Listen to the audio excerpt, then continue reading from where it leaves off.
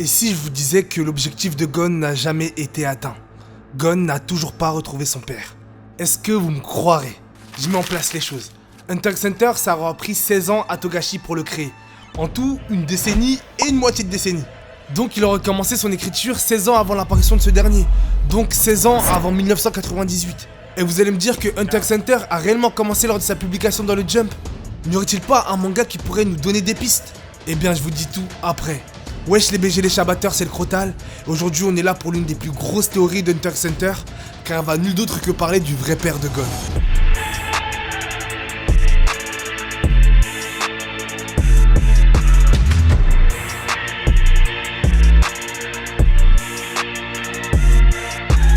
Pour regarder cette vidéo, il faut avoir vu Yu Yu Hakusho. Du coup, je vous redirige vers ma vidéo que j'ai faite il y a pas longtemps, vous permettant de comprendre l'œuvre et son personnage principal. Mais il faut surtout savoir que cette vidéo va spoiler à toute patate. Du coup, si vous n'êtes pas à jour sur les scans, vous inquiétez pas à ce sujet, j'ai plein de vidéos en préparation. Ben, je vous recommanderais de pas rester ici. Et si vous êtes resté, il faut comprendre que la théorie que j'ai réalisée est totalement à prendre avec des pincettes. Je ne suis personne pour parler ou créer à la place de l'auteur qui est Togashi.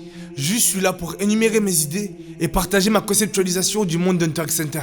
Tout le monde est d'accord pour dire que si Hunter x Hunter s'arrête ici, au chapitre 390, on aura raté l'une des plus grosses dingueries. Un bateau qui va dans un nouveau monde. Togashi, avec Bion et Tero, il est en train de se prendre pour Christophe Colomb. Sauf qu'à l'intérieur de ce bateau, c'est en train de se battre à toute patate avec du naine, avec guerre de succession, Kurapika et tous ses élèves qui sont en train de s'entretuer, Kuroro et Hisoka qui sont en train de se battre à même du bateau. Et tout ce qui est histoire de gang, bref, vous renvoie vers la vidéo de Magic Killua pour plus d'informations, car elle est vraiment bien faite. Pour comprendre la théorie, il faut comprendre le monde d'Hunter x Hunter. Mais pour comprendre ce dernier, il faut se diriger vers la fin de son ancien manga, Yu Yu Hakusho. Plus précisément, il faut s'intéresser au dernier arc de ce dernier, apportant différents messages et plusieurs backstories. Cet arc, c'est la saga des 3 rois. Togashi aura commencé cet arc en transformant son personnage principal, Yusuke, en démon. Être vil et sadique que Yusuke, au début de l'œuvre, devait tuer au nom du monde de l'au-delà. Traduction du paradis dans l'univers de Togashi. Cette transformation qu'a reçue Yusuke, en fait, ne provient pas de lui. Tout simplement parce qu'un de ses ancêtres aura utilisé le grand atavisme, permettant à cet ancêtre un corps où il pourra se réincarner. Hormis que ça vous rappelle une technique, après avoir utilisé le pouvoir de cet ancêtre, le corps de Yusuke avait changé. Son cœur ne battait plus, il était devenu un démon. Mais l'atavisme, c'est quoi? C'est tout simplement l'apparition imprévue chez un individu d'un ou de plusieurs caractères qui s'étaient manifestés chez un ancêtre et qui avaient disparu depuis une ou plusieurs générations. Ok, on l'a refait. C'est tout simplement des gènes qui ont réussi à traverser le temps alors qu'ils avaient disparu en réapparaissant chez un individu. Et donc Yusuke, grâce à son conditionnement, en revenant à la vie, en affrontant des êtres tous plus forts les uns les autres, il aura pu réveiller ses gènes de démon. Mais cette fois en utilisant le grand atavisme. Et voilà comment Togashi l'expliquera dans son univers. L'atavisme. C'est en résumé la part du patrimoine héréditaire dont les informations génétiques sont transmises, non pas aux enfants, mais directement à leurs descendants. Le grand atavisme, quant à lui, est la forme la plus extrême de l'atavisme. Il permet en effet à Mazoku de transmettre ses gènes aux descendants de plusieurs générations et d'activer ces mêmes gènes à n'importe quel moment de la vie de l'un de ses hôtes. Mais à qui peuvent bien appartenir ces gènes de Mazoku? À travers un arc qui n'est pas du tout applaudi par la critique, Yusuke partira dans le monde des ténèbres. Il y fera la rencontre de son père, âgé de plusieurs millénaires. Père qui pratique un jeûne de bientôt 1000 ans. Avant que Raizen, le père de Yusuke, nous explique qu'est-ce qu'un Mazoku, déjà qu'est-ce qu'un démon? L'espèce démoniaque de Yu Yu Hakusho, ce sont des sortes de yokai, des entités et des esprits surnaturels sortant tout droit du folklore japonais. Ainsi, toutes les espèces de démons que vous verrez dans Yu Yu Hakusho seront répertoriées, selon leur pouvoir, leur apparence, mais surtout leur énergie spirituelle. Mais revenons sur l'étymologie du mot yokai. Ce mot est composé du kanji Ayakashi, signifiant attirant, ensorcelant, mais surtout calamité. On reviendra sur ça plus tard. Quant à Kai, ça signifie mystère et apparition. Mais comme je l'ai dit, dans Yu Yu Hakusho, ces monstres sont répertoriés. Et ils le sont sur un système de classes établi sur 5 lettres. E étant la plus faible classe et A étant la plus forte. Et ce système de classement, c'est le même en tout point à celui d'Hunter x Hunter. Et je vais expliquer pourquoi après. Mais en fait, A n'est pas la plus puissante. Il y a une classe qui surpasse toutes les autres, et c'est la classe S. Et je vais vous lire un truc qui résume très bien la situation par rapport aux personnes de ce rang-là.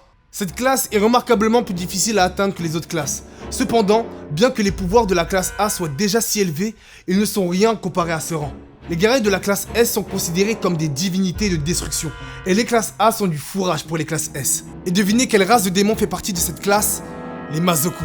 En fait, les Mazoku sont la race de démons la plus puissante de la classe S. Ils peuvent être facilement distingués des autres démons extrêmement puissants car ils portent la marque du Mazoku qui ressemble à des motifs de tatouages tribaux sur certaines parties de leur corps. Mais ce n'est pas tout ce que Raizen nous expliquera.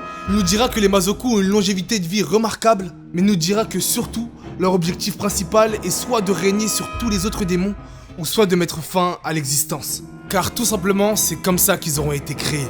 Je vais pas m'étaler plus que ça sur l'histoire de Raizen car je l'ai déjà fait dans ma dernière vidéo, mais ce qui sera le plus important pour la suite de la vidéo, c'est ce qu'il aura pu nous expliquer par rapport à comment l'ancien monde de Yu Yu Hakusho était. Pourtant, je m'en souviens encore comme si c'était hier. C'était une époque pleine de trahison et de tuerie. Pas une région ne fut épargnée, le monde entier connaissait le désordre. Les assassins et les voleurs ne se cachaient même plus. La frontière entre le monde des ténèbres et celui des humains n'existait pas encore, si bien que les monstres participaient à chacun des aspects de la vie et de l'histoire humaine. Des gouvernements nous demandaient notre aide pour empêcher l'invasion de leur pays par des ennemis que nous devions éliminer par nos sorts maléfiques. Avec ce que Togashi a pour l'instant sorti, on ne peut pas expliquer pourquoi le monde de Hunter x Hunter se retrouve à être comme ça. Avec le Japon par là, l'Océanie par-ci, et le continent africain ici, là. Eh bien ça, c'est ce que je dirais si je ferais pas une théorie qui a pour but d'être la plus complète possible. Car Togashi nous l'aura en fait dit. Connaissez-vous le principe du ruban de Mobius? Le principe est simple. Il n'y a qu'une seule face à un objet en 3 dimensions. Ce qui est normalement impossible. Mais ce qu'on peut rendre possible en tordant et en reliant les 2 bords d'un ruban. Ruban qui normalement possède 2 faces. Et donc un univers basé sur cette base n'aurait pas de points cardinaux. Donc pas de nord-est, pas de sud-ouest, etc. Voilà pourquoi dans Hunter x Hunter, au lieu d'utiliser des avions, on utilise des dirigeables. Et donc voilà pourquoi la cartographie de Hunter x Hunter est modifiée par rapport à la nôtre. Car tout est dans le nom du lac que Togashi a approprié au monde d'Hunter x Hunter, le lac Mobius. Et en mettant les principes en termes de spatialité de Yu Yu Hakusho avec ceux de Hunter x Hunter, on ne peut que comprendre une chose. Quelqu'un aura jeté un sort. Le pourquoi, le comment, le quand, on ne l'a pas. Mais portons un œil de comment le monde a évolué après ça. Imaginez, après un événement comme ça, l'humanité doit repartir de zéro. En vrai, pas totalement. Parce que ça impliquerait qu'ils utilisent une nouvelle langue. Sauf que mis de bout à bout comme ça, l'alphabet d'Hunter x Hunter est en tout point similaire à l'alphabet japonais. Et devinez quel pays a gardé son nom malgré les événements qui se sont déroulés? Nul d'autre que le Japon. Et du coup, vu ce que j'ai énuméré, intéressons-nous un peu plus à ce pays. Tout d'abord, en le regardant sur la carte d'Hunter x Hunter, on peut remarquer que c'est le seul pays qui a gardé le même sens que sur notre carte. Et posons-nous la question de pourquoi. Et sans vous le cacher, dans Yu Yu Hakusho, il n'y aura qu'un seul pays qui sera cité, et c'est nul d'autre que le Japon. C'est là-bas que Yusuke mourra, vivra, mangera, mais surtout combattra. C'est là-bas que toutes les dingueries du Yu Yu Hakusho se sont passées. Mais c'est peut-être surtout là-bas que le sort que j'ai expliqué précédemment aura été déclenché. Chose expliquant peut-être pourquoi le Japon reste inchangé, malgré tout ce que j'ai pu dire. Parce que même la culture nippone n'aura pas été impactée. On a juste à regarder des personnages comme Basho, utilisant les haïkus dans son haine. Haïkus qu'il écrit en japonais. Là, c'est bien ce que Togashi a voulu nous montrer. Mais il y a aussi Nobunaga Azama avec sa carrure de samouraï. Et surtout Hanzo, le ninja du manga. Togashi a un panel et une imagination énorme. Et le fait qu'il mette des points de repère comme ça dans son manga n'est pas à prendre à la légère. Et du coup, comme je l'ai dit, et comme on pourra le voir avec les traductions des noms de nos personnages, l'alphabet d'Hunter x Hunter est en tout point similaire à l'alphabet japonais. Mais si le Japon s'en sera sorti jusqu'à en exporter sa langue, comment les autres pays se seront débrouillés? Dans Yu Yu Hakusho, un événement d'une telle ampleur causera obligatoirement des séquelles. Genre, imagine ton monde, il se téléporte. C'est baisé, on est bien d'accord. Imagine le naine qu'il faut pour faire un ruban de Mobius sur toute la planète Terre. Ça éveillera obligatoirement des personnes au naine. Comme un petit trou vers le monde des ténèbres dans Yu Yu Hakusho, qui aura éveillé des personnes à l'énergie astrale. Mais comment gérer toutes ces personnes qui d'un seul coup se seront éveillées au naine? Eh bien tout simplement en créant l'association des Hunters, organisation qui donnera richesse, gloire et pouvoir à ces individus, après un examen qui aura pour but de prouver leur talent. Mais il faut savoir une chose, un Hunter n'est pas complètement libre. Ils devront toujours et quoi qu'il arrive se conformer aux commandements des Hunters. 10 lois permettant à eux seuls de réglementer tous les agissements d'un Hunter. Je passe vite fait au-dessus des commandements pour essayer de comprendre en fait il y a qui au-dessus de tout ça. Ces personnes ce sont ni plus ni moins que le V5. Togashi, à travers l'appel que Netero aura reçu lors de l'arc des fourmis chimères, il aura voulu nous montrer une chose. Ces personnes peuvent déplacer l'homme le plus fort du monde pour un problème. Et donc ça fait que ces pays appartenant au V5 peuvent à leur guise utiliser l'association des Hunters pour une quelconque manœuvre. Et je pense avec tout ce que j'ai pu énumérer, ça vous choquerait pas si je vous dis que le Nen est utilisé à l'armée. Chose qu'on pourra voir et comprendre au chapitre 347. Mais le Nen c'est quoi? Hunter x Hunter c'est de la douille. Ils utilisent tous les synonymes possibles pour ne pas dire âme. Et pourquoi? Dans Yu Yu Hakusho c'est simple. Il y a l'âme et la force qui s'en dégage, l'énergie astrale. Cette dernière répond à ce que l'âme veut faire. Et donc si on veut projeter de l'énergie astrale à travers notre doigt, on aura juste à le penser. Et du coup, si une personne connaît ce concept, ça ferait de lui quelqu'un de fort. Sauf que le mot âme sera énuméré que 2 fois dans le manga. Une fois avec Kuroro lors de sa discussion avec Neonostrad à l'épisode 51, et une fois avec Netero lors de son combat contre Meruem à l'épisode 126. Kuroro lui parlera du repos de l'âme, donc de la vie après la mort. Mais dans sa discussion, on le verra bien que lui-même ne possède pas toutes les connaissances par rapport à ça. Celui qui nous en dira plus, ce sera Netero, homme le plus fort du monde parce qu'il y a une raison. Il aura intégré ce concept de d'âme dans l'enchaînement qu'il faisait lors de son entraînement. Entraînement de plusieurs décennies qu'il aura nommé comme une prière. Ainsi, il le dira à Meruem. La prière est avant tout un mouvement de l'âme. Et vous qui pensez que c'était une réplique de fou malade, en fait c'était des explications de fou malade. Togashi nous expliquait tout simplement le nen de par l'homme le plus fort du monde. Et du coup, le fait que Netero connaisse ce concept aura fait que son Hatsu soit forcément religieux, possédant un Hatsu de la matérialisation et de la manipulation qu'il utilise pour faire apparaître la déesse Kanon. Et du coup, vous allez me demander, ils servent à quoi toutes les explications que Togashi a données à côté? Avec le Ten, le Ren, le Gyo, etc. Eh bien, ils servent à comprendre l'utilisation de l'âme dans son manga. Parce que c'est cool de dire aura, mais c'est plus compliqué de l'expliquer. Chose qu'il aura fait uniquement dans Hunter x Hunter, car dans Yu Yu Hakusho, on parle d'âme, on parle d'esprit, mais on parle plus de ça du côté des sentiments. Il a donc fallu dans l'univers de Togashi, une société sans spiritualité, pour permettre une utilisation presque parfaite de l'âme, avec tout ce qui est pourcentage, Gyo, on connaît. Juste, on ne sait pas pourquoi c'est arrivé. Pourquoi dans le monde Hunter x Hunter, il n'y a pas de spiritualité. Et maintenant qu'on a compris ça, comment Togashi va utiliser le nen dans le récit? Eh bien, on en reparle après, pourquoi t'es pressé mon gars? Parce que parlons de Gon. Son objectif sera cité dès le début du manga. Il souhaite devenir Hunter pour retrouver son père. Et pour ça, à l'âge de 12 ans, il passera un examen. On y rencontrera ses principaux compagnons, mais surtout ses plus grands adversaires. Entre les histoires de famille, les tournois, les histoires de vengeance et les histoires de jeux vidéo, il aura presque tout vécu en tant qu'Hunter. Mais une chose aura dû être nécessaire à acquérir pour réellement le devenir. Et cette chose, ce sera le nen.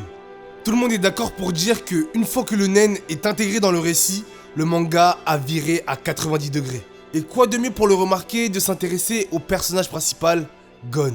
Il sera intronisé au nen très tôt dans le récit, faculté qui s'appropriera presque instinctivement. Mais ce que je souhaite vous faire remarquer, c'est que Gon avec du nen et Gon sans nen, c'est la même personne.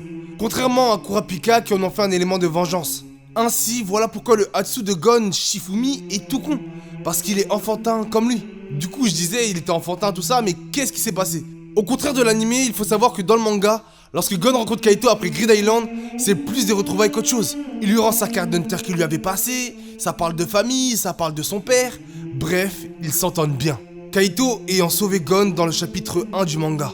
Sauf qu'il mourra et Gon ne pourra pas le sauver. Et c'est là que ça fait mal. Mais ce qui est fort, c'est que saviez-vous que lors du combat Gon-Pitou, les 2 seuls concepts d'âme que Togashi a intégrés dans son manga auront été utilisés. En 1, le repos de l'âme, Gon s'acharnant sur la tête de Pitou pour pouvoir honorer comme Kaito le faisait. Et en 2, la prière avec les mouvements de l'âme, on va pas compter toutes les Jack and Pod qu'il a sortis.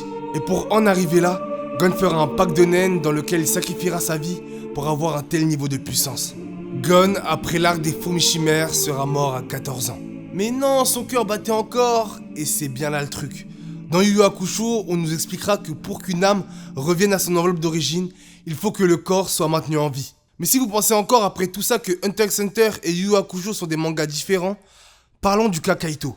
Pourquoi les explications de Togashi auront été aussi brèves par rapport à la résurrection de Kaito? C'est la question que tout le monde se sera posée. Mais si je vous disais que c'était expliqué dans Yu Yu Hakusho, Yoko Kurama est un démon. Déçu de sa mort, il transférera son âme dans le corps d'une femme enceinte et reviendra à la vie en tant que Shuichi, enfant du couple chez qui il est tombé. Quant à Kaito, lui fera le schéma inverse. Un humain qui, comme t'as suivi ma vidéo, deviendra un démon. Parce que Jing aura révélé que les fourmis chimères proviennent d'un autre monde. Et donc maintenant avec ce point de vue là, on comprend mieux la technique de Kaito. Sa technique ne permet pas de se réincarner tout de suite. Elle permet de se ressusciter si le corps est viable, mais s'il ne l'est pas, alors la réincarnation est possible. Il y a un point à noter aussi pourquoi je compare ces 2 personnages. Parmi toutes les couleurs et coupes de cheveux que Togashi possède, il aura donné les mêmes à ses personnages. À savoir gris avant leur résurrection et rouge après. Me faites pas dire ce que j'ai pas dit, mais peut-être que ces personnages seront amenés à se rencontrer plus tard. Mais du coup, redécalons sur Gon. Grâce à la sœur de Killua, Haruka, il reviendra à la vie à l'âge de 14 ans. Comme un certain Yusuke. Et vous allez me dire que l'âge c'est pas important. Chose à savoir, c'est lorsque Yusuke est revenu à la vie que sa vie a vraiment commencé. Et le fait que Gon, après être revenu à la vie, dénomine son père, Jin, comme un oncle, ça aurait dû nous... Voilà, t'as capté. Mais ce qui aurait dû nous donner un déclic, c'est le fait qu'il reparte à l'île de la baleine, point de départ de son aventure. On aurait dû comprendre et savoir que son aventure n'était pas finie, car Togashi utilise les mots tout autant que le visuel. Et le fait que l'objectif de Gon est de retrouver son père n'est pas à mettre à la poubelle juste parce qu'il a vu Jing. Jing, s'il possédait du nen, qu'il aurait bien voulu suivre pour aller vers le Dark Continent. Mais c'est quoi ce Dark Continent? Parce que oui, maintenant j'en parle. Teasé à l'épisode 148, il nous sera dit que le monde d'Hunter x Hunter ne se limite pas aux contrées qu'on connaît. Et plus tard, on aura plus d'infos comme des cartes nous montrant des côtes, les côtes du Dark Continent. C'est vraiment fou d'annoncer ça après tailler. Mais le saviez-vous qu'il avait annoncé ça depuis le début du manga? Animaux monstrueux, espèces rares, richesses enfouies, trésors cachés, monde des démons, terre inexplorée. Le monde des démons fait fortement penser à Yu Yu Hakusho, et le fait qu'il ait prévu ça depuis le chapitre 1, page 1, nous montre à nous lecteurs qu'on n'a pas été assez attentifs. Et le fait qu'ils disent que cette terre est inexplorée nous force à croire qu'elle le sera. Depuis qu'on est arrivé à l'arc des fourmis chimères, plusieurs nouveaux concepts se seront ajoutés au nen. Tout d'abord, il y aura tout ce qui est résurrection, là on est d'accord, mais il y aura surtout Nanika et Haruka qui seront ajoutés au récit. On nous expliquera tout lors du chapitre 341 et on comprendra qu'elle fait partie des calamités. Être provenant du Dark Continent. C'est aussi à ce moment-là du récit qu'on nous intégrera les classes, allant de E à A, permettant de déterminer la dangerosité de ces choses. Et nous pourrons voir que les humains font partie de ce classement. Bref, on est sur le Black Hole qui se dirige vers le Nouveau Monde. Et à l'intérieur, hormis la guerre de succession, une autre guerre fait rage, la guerre du nain. Frérot, il y a du vaudou, il y a des bêtes de naine, il y a des personnes qui tuent des gens pour prendre du level et gagner des capacités. Et au cœur de tout ce tintouin, il y a Kurapika, qui possède un chiffre planant au-dessus de sa tête, le chiffre 4. En japonais, le chiffre 4 se prononce Shi, Shi qui veut aussi dire mort. Je reprends une théorie qui a beaucoup été énumérée sur la mort de Kurapika, parce que ça a l'air d'être sur le point d'arriver. Non seulement parce qu'il se met dans la merde en prenant des personnes pour leur apprendre le nen, mais aussi parce que la personne qu'il compte affronter sur ce bateau est ni plus ni moins qu'un génie du nen. Étant ni plus ni moins que le prince numéro 4, Strerenich. Étant du nen de la spécialisation, on ne connaît pas la réelle capacité de Strerenich. On sait que quand il se met en mode Zetsu, il peut voyager dans le temps, qu'il possède une bête de naine et une autre bête de naine quand il se met en mode Zetsu. Bref, son naine il est rempli d'énigmes. Mais à quoi sert réellement le Blackwell qui se dirige vers le Dark Continent? Car Togashi aurait utilisé tous les moyens scénaristiques pour nous montrer que là-bas, c'est dangereux, ayant même donné un taux de survie pour des personnes conditionnées pour cela, étant de 0,04%. Cet arc de Blackwell mixé à cette guerre de succession, moi je dis que c'est ni plus ni moins qu'une sélection naturelle. Remettons-nous dans le contexte de comment ça a débuté. Une jarre nous est présentée, donnant des bêtes de naine au prince. Mais intéressons-nous à ce concept que Togashi nous dévoile. Pour plus de détails, je vous renvoie vers la vidéo de Diavolo TV parlant du mythe que Togashi utilise dans son manga, le mythe du Gu. Le mythe est facile à comprendre. Une jarre dans laquelle on met différentes créatures venimeuses qui vont se la mettre dessus, jarre fermée. Le survivant sera un concentré de toutes les toxines qu'il aura ingurgitées. Et surtout, grâce au survivant, on créera l'un des poisons les plus forts, créant des maladies malignes et surtout causant la mort. Qu'est-ce qui nous dit que Togashi ne va pas reproduire ce schéma pour le Blackwell, créant le pire poison que l'humanité ait pu créer? Car tout cela sera créé à partir du nen. Organisant tout simplement une sélection naturelle parmi tout le roster de Hunter x Hunter, parce qu'il y a tout le monde dans le bateau. Et je pense qu'il les a tous réunis et enfermés pour prouver qu'ils sont réellement aptes à aller sur le Dark Continent. C'est en quelque sorte peut-être l'examen Hunter du Nouveau Monde, conditionnant ces personnages avec cet arc à devenir des démons. Sauf que parmi eux, un seul y arrive plus facilement que les autres. Mais du coup, qu'est-ce qu'il y a là-bas? Qu'est-ce qu'il y a sur le Dark Continent? Eh bien, on ne le sait pas. Comme je l'ai dit, le monde d'Hunter x Hunter se passe après le monde de Yu Yu Hakusho. Des siècles ou des millénaires après, la géographie, la faune et la flore, eh ben ils peuvent changer, rendant notre père qui est Yu Yu Hakusho nul. Mais ne désespérez pas, car un indice sera donné par Jing pour essayer de comprendre tout ça. Sur l'arbre le plus grand d'Hunter x Hunter nommé Arbre Monde, il dira que cet arbre n'est rien comparé à ceux de là-bas, ceux du Dark Continent. Et il aura raison, car voici la taille d'un arbre monde dans Yu Yu Hakusho. C'est tout simplement fou, c'est même plus un arbre là, c'est un arbre avec une plateforme. Et la plateforme c'est un terrain. Je ne comprends plus rien. Voilà notre seul repère, mais j'espère que ça vous aura quand même hypé. Par contre, le saviez-vous que dans le récit, 3 personnes sont liées au Dark Continent sans le savoir? Il y a tout d'abord bien sûr Kaito, c'est le dirigeant d'une espèce qu'il devra tôt ou tard ramener dans son pays d'origine. Et il y a bien sûr Killua qui se balade avec une calamité. D'ailleurs, le mot calamité, on a très bien vu que dans Hunter x Hunter, ça a un souci de compréhension. Car la langue de l'univers, c'est bien le japonais, mais au fur et à mesure de l'histoire, ce sera une langue qui sera perdue. Langue étant réellement connue que par des personnes originaires du Japon. Et du coup, pour expliquer le mot yokai, ils n'auront que la traduction. Donc, calamité. Chose qui montre le talent de Togashi à utiliser sa propre langue dans son univers. Et donc, à savoir jouer de ça. Et la dernière personne liée au Dark Continent, c'est Gon. Comme je le dis, son arc narratif n'est pas fini. Il n'a pas réellement rencontré son père. Il désigne Jin comme étant son oncle, mais pas comme son réel paternel. Malheureusement, aujourd'hui, je n'ai pas encore les cartes en main pour vous dire qui est réellement le père de Gon, entre Don Freaks et Yusuke Urameshi. Mais ce que je sais, c'est que Togashi ne fait rien au hasard. Pour ça, regardons Jin. Tout dans sa personne pue la voyoucratie. Et regardez comment il s'assoit dans l'opening, regardez! Il est mal poli, il suit pas les règles. Bref, ce mec, il est hors catégorie. Sachant que Togashi n'est pas comme Toriyama à utiliser le même visage pour plusieurs personnages, on peut demander pourquoi cette similarité entre Jin et Yusuke. Similitude qu'on retrouve aussi à travers les couleurs que porte Gon, étant le vert. Mais si ce n'était que ça fait longtemps que j'aurais arrêté ma vidéo.